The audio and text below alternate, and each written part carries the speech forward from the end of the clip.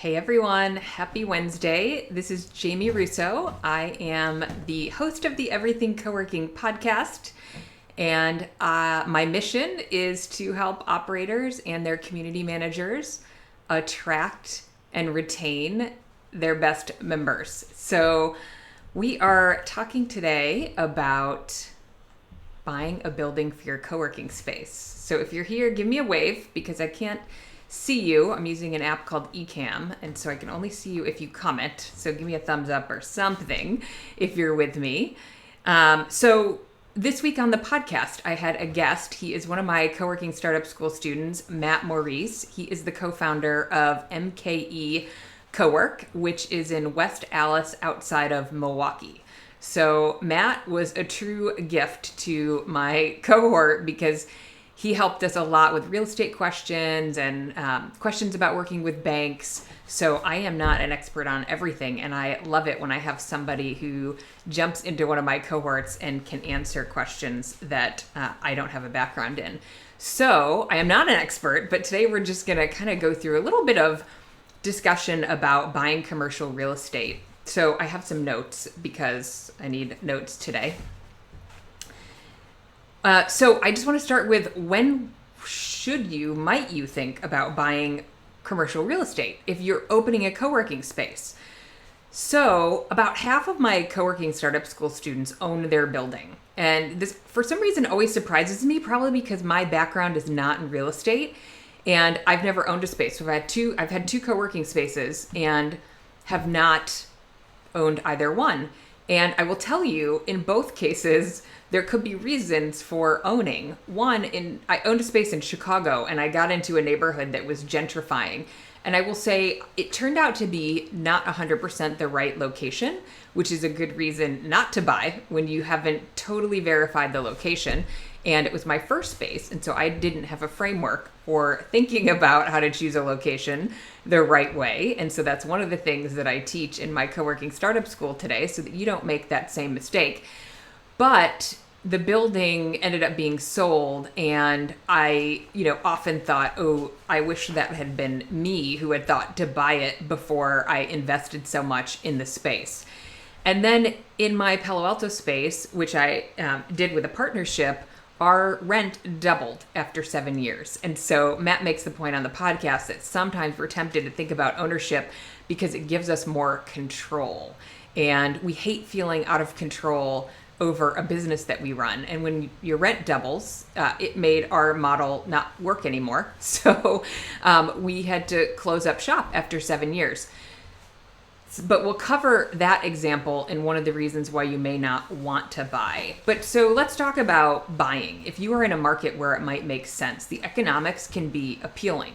So you're paying a mortgage instead of paying the landlord. And so you have to pro forma this and see what it looks like. What does your debt servicing look like? But it's like renting a home, right? You don't own the home at the end. And so you're paying to live in it, but there's no upside. You can't sell it for a profit. Whereas if you own your asset, then the economics may be such that you're paying less to your mortgage company than you'd be paying in rent. And you're operating a business on top of it. And Matt makes a really important point, which I'm going to jump into now, but it's on my list of maybe why not to own a building. He said, typically for a business, you don't always want to think about owning the asset because that requires that you put capital probably that you maybe would reinvest in the business into the asset. And so a lot of businesses, he gives a pretty specific example on the podcast, which I thought was really helpful, which is that if you own a business, say your margin is 25%, the return on real estate is much lower, like in the single digits. And so he argues that many businesses, if the decision is purely financial driven, should just reinvest in the business or open another location of the business instead of looking for a lower return on the real estate asset. But that can depend on the market that you're in and on a specific situation. And he does say, our business is different in that the success of our business is very dependent on the physical space. And we have to invest a lot in the physical space in order to run our business successfully. And so it may make sense to have more control over it. as a building owner, a reason to do a co-working space, or for a co-working space owner to want to buy a building, is that you're doing a really flexible build out. And even though, we're moving much more towards private office space, private small team space, meeting rooms, that shift has been happening. And then COVID is certainly accelerating that. It's still a fairly flexible build out because you're not going to build out 100% of the space with walls, right? So we're talking like 60-40, 70-30, which is a ratio that a lot of companies might find useful because those rooms are flexible, right? Any room with walls can be a meeting room or an office or a nap room or a mother's room or a fitness space. So walls can be flexible, and for a building owner, a flexible build out has a lot of positives, because one of the challenges with owning a building is that when you turn over tenants every 5 years, you're paying for a build out every time somebody moves. You're helping to finance that, which can really inhibit your return. But if you're going to do a flexible workspace, that build out is going to apply to a lot of different tenants. So if your business doesn't work, or you decide to get out of the business of operating a flexible workspace and you own the building, then you may get a tenant in and it doesn't require starting from scratch on the build out. One other reason to consider owning is removing friction with the landlord. So I know many of you have gone through this. Things like, well, I want to install digital door access on my front door, but I can't because I don't own the building and there are other tenants and the landlord won't let me install Kisi or Salto or Proximity or whatever it is that I want to put on the front door. If you are the landlord, you can do whatever you want, whenever you want, and that investment can be worth it in the long term. Updating the exterior of the building. That was my case. So we had this building in Palo Alto that was from the, 70s, and it was not very attractive. So we had to do a lot of, making the inside beautiful and welcoming, but the outside was this bad, 70s beige color. And I so badly wanted to modernize that, do it a dark color and make it cool. But that was not my decision to make. I could not make that investment because somebody else owned the building. Build out investment, having a longer life. So when you sign a lease, you might sign a long-term lease, like a 10-year lease. And then you're amortizing your build out over a longer term. You get into trouble when you're signing a shorter term lease, like a 5-year lease, and trying to amortize an expensive build out over a short period of time. If you own the building, then you're committed for as long as you own the building. And so that build out may be amortized even longer, but that's really a trade-off around, because you can also sign a long-term lease and get the same impact. Again, giving you more control over a business that is very dependent on the physical space. So Matt talks about that in the podcast, saying that oftentimes we would choose to reinvest capital that we have back into the operating business versus investing into the physical space where the business is housed. So leasing instead of buying. But because our business is so dependent on the physical space and the rate of rent that we're paying, we may choose that we want to have control over that. I also see a lot of my students have other businesses in their space. So marketing agencies. I have one. So this is a great example. One of my students is in Monterey, California, and she was one of those aha moments for me. So she has a mortgage business. Her husband's an attorney, and they bought a building. Their offices are on the top floor, and they're creating a co-working space in the bottom floor. And when you own the building, her economics look really great on paper. She hasn't opened yet, but her pro forma looks great, even though it's a smaller co-working space, because she owns the building and then she has tenants on the second floor. But also, I'm in the Bay Area, and I mentioned the fact that my rent doubled and I had no control over that. And I get really frustrated because the economics of opening a co-working space near where I live, because of the price of commercial real estate, is so hard. And then Heidi comes into my life, and I thought, well, I could have driven 2 hours to Monterey and bought a building and opened a space. And clearly Heidi's on that. I'm not, of course that's not an option at this point, but she just sort of like this light bulb of, there are markets where you can buy and can have control.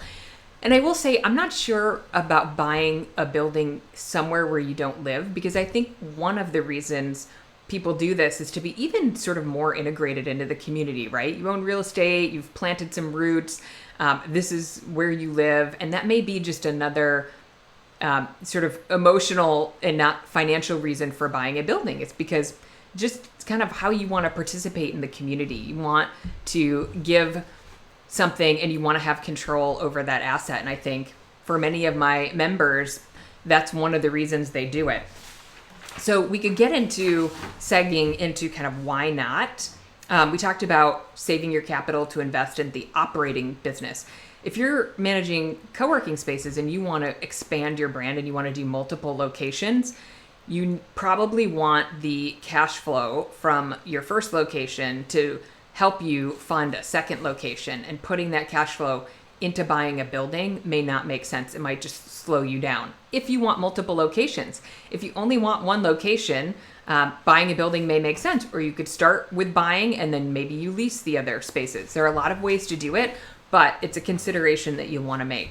Another consideration is making sure that if you have financial partners in this asset, that running a co-working space is the best and highest use of the space. So I'll give you the example of being in the Bay Area. If I were to run a co-working space, I'd have to really be confident that I could get a higher return out of the space by using it as a co-working space rather than lease it to a tech tenant who's, willing to pay whatever market rate is.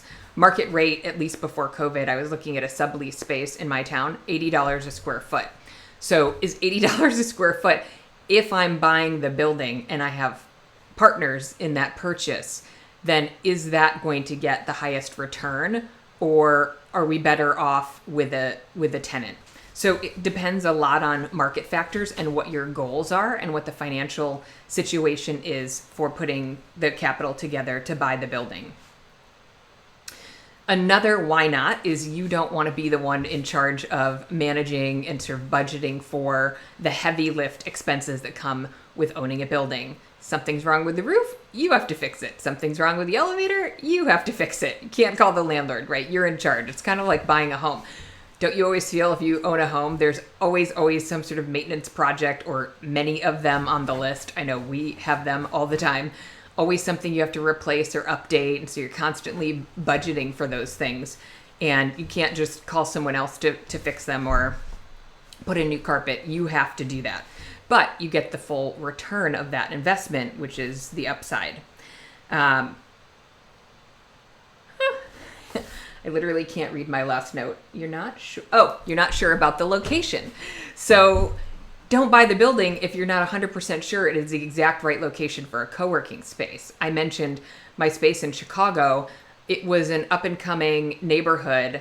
The building had the most spectacular view of the skyline, and brick and timber, 18-foot ceilings. I was so in love with that space, but it was a few blocks off of the main street where the evolution was really happening and things were coming in. And so it never got the foot traffic or even sort of the visual exposure that you would want out of a co-working space.